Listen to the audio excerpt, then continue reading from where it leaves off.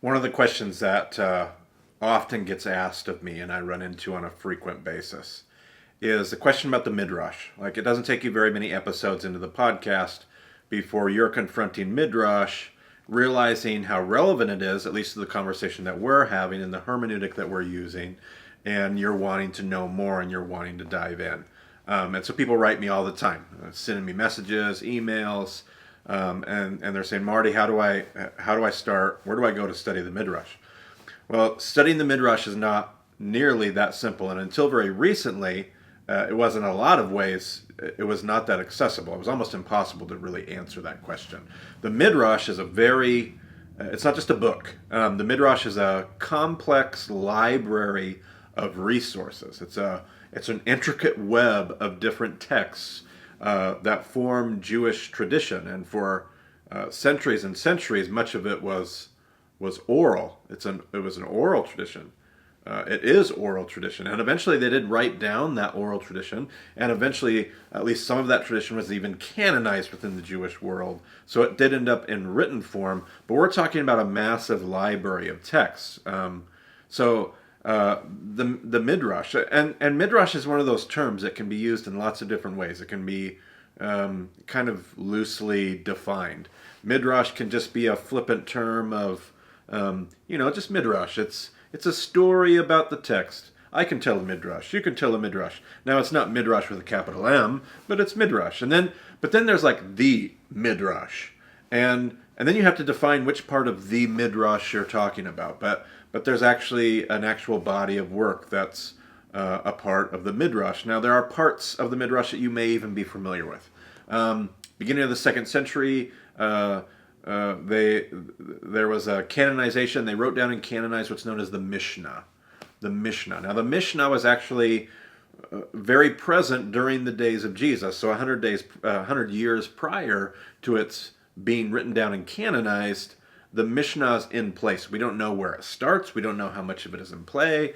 We don't know the details, but we can say with a certain level of confidence that the Mishnah really represents the oral tradition that would have been around and being formed during the days of Jesus. It's finally kind of written down as Midrash, beginning of the 2nd century. Then later, decades later, along comes the Talmud. The Talmud is like an expansion. Like, think of your favorite board game and how you can buy an expansion pack to that board game. The Talmud is this expansion. It is this building on to the Mishnah. Now, those are some of the two most famous bodies of work within the Midrash.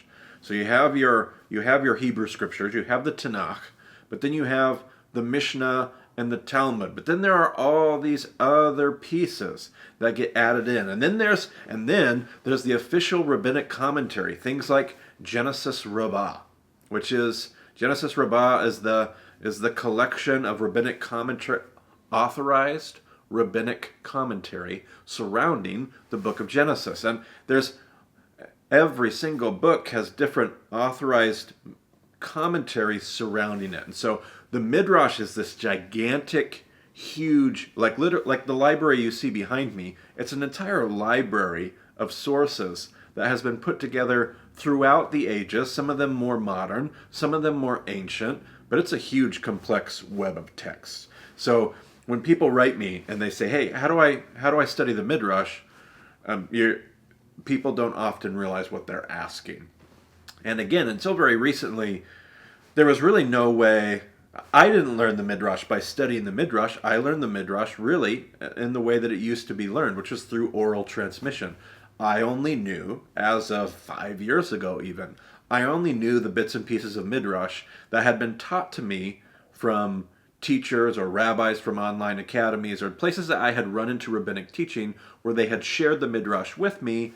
I had read one book. There's a book out there by James Kugel. It's titled The Bible as It Was. The Bible as It Was by James Kugel. It basically does just a flyby, like you're skipping a stone across the surface of the Midrash just surrounding Torah. So just the 5 books of Moses. And this is a pretty healthy, substantial book that we have here. But it was a great read to kind of introduce me to the Midrash. The introduction to that book in and of itself was kind of mind-bending at that point in my study because I just wasn't used to some of these academic ideas. But it kind of got me into the conversation and helped me know the different streams of tradition within the Midrash, again, just around the books of Moses, but around Torah, what is the Midrash kind of doing? But then there was just no way outside of learning it. I mean, this is why rabbis. I always tell people, don't call me a rabbi. I'm not a rabbi. I'm not a rabbi by any stretch of the imagination, other than just the really unofficial term of just teacher. So like, if you want to call me rabbi, make sure it has a little R on it. Do not call me a rabbi with a capital R. Because rabbis that have been ordained in the Jewish world have put decades of study, years and years and years of study, into not just studying the Tanakh and the Hebrew scriptures, but to understand the Midrash and to be experts in this entire library of texts. Their amount of knowledge is immense. The amount of work that they've done is hard to comprehend. And so that's what I used to have to lean on and rely on. And then very recently, some new resources started making their way onto the scene. Now, it still doesn't make it an easy task, but all of a sudden the Midrash has become more and more and more accessible and continues to get more accessible day after day. It's actually super exciting, but it can still be overwhelming. And so if you want to really understand the Midrash, you can go to Sefaria.org. Sefaria.org. And you're going to go to this website, and this website, it's a project which was essentially started, if I understand it correctly, by a handful of young Orthodox Jewish student scholars that essentially, in this information age in the world of the internet, they wanted to make the Midrash more accessible.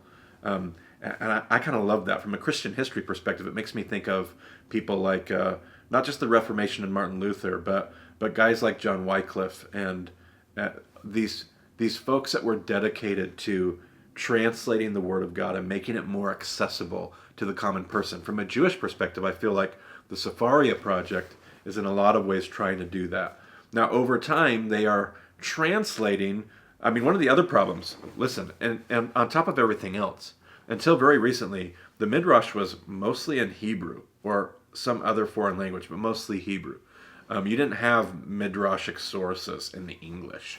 But they're translating the Midrash into the English as they post it digitally. And so you have this online library, which is more accessible. Now, it sounds really great. Like, I can just go online, I can just click on, but you're going to find out really quickly when you go to the site just how big, just how expansive, and just how complicated the Midrash truly is. Now, can you learn about it? Absolutely you can. And there's only one way to learn about it. Dive in and start learning about it. Wikipedia is your friend. It's going to teach you all about what this part of the Midrash is and what that part of the Midrash is. Much of this for our purpose of study as far as a Jesus perspective. A lot of this Midrash is going to be historically irrelevant because at what point of history it was created. This is going to be kind of a mess. But there's only one way to learn the mess, and that's kind of to dive in. After 12 years of being aware of the Midrash, I've only been at this for 12 years, but I've been at this for 12 years. But after having an awareness of the Midrash and kind of being at this world of study for 12 years, just over a decade, I feel like I just barely know my way around the world of the Midrash. Like, I know some of the main streets, like I know some of my basic directions, but I don't understand the Midrash. There are still years and years into this, things that I don't get, things that I don't understand, but I'm picking it up as I go, and you can do the same thing. That's the beauty of the internet. That's what these guys are trying to accomplish. So I recommend that website. They also have an app, which is essentially their website in app form. But then they have another app that they produce that I want to show you. And I'm going to show you a screenshot of it right here. The app, I believe if you search for Hebrew Bible Study, you're going to find this app. And the logo has changed a couple times. So I hope when you see this video that this logo is up to date. But this logo is what you're looking for. And this app is awesome.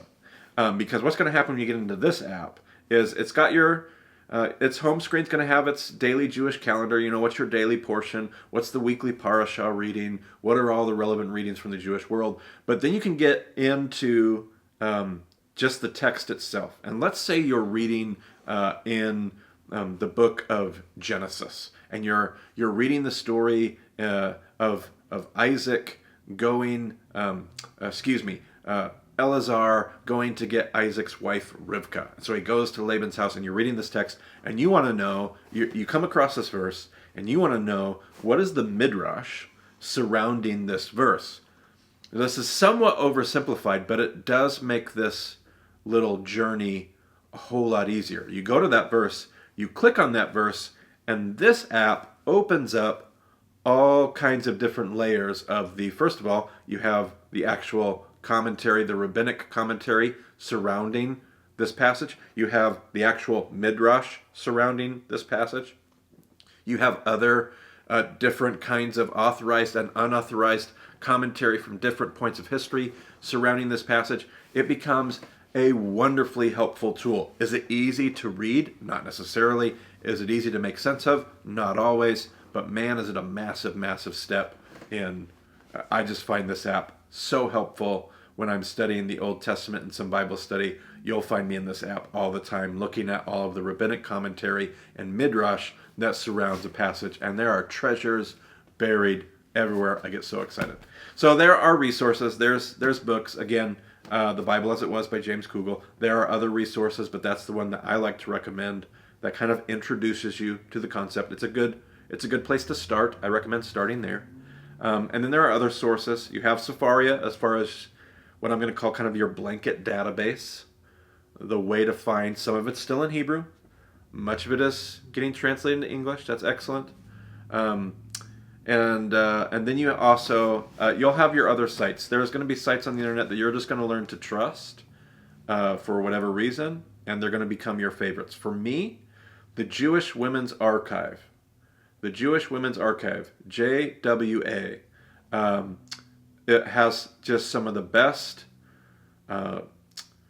write-ups, articles, synopses on Midrash. So helpful. I love the way it packages it. I love it. It's one of my favorite sources. Another one of my favorite sources is Chabad.org. Just another great resource. I use that for a lot of my holiday observance with my family from a Jewish perspective. It's just a great resource there. But I've also found wonderful little tidbits and teachings from the rabbis there about the Midrash as well. So those are two sources that you'll find me at often. But the Midrash, it is this huge, huge thing. And sometimes we don't know what we ask. It's a great question. I'm glad you've asked it. It's a little bit tricky to answer. But in this world we live in, this beautiful day and age of the internet, it's becoming more and more accessible. So it's a fun time to be alive. But great question. Thanks for asking it. And look forward to seeing you in the Midrash.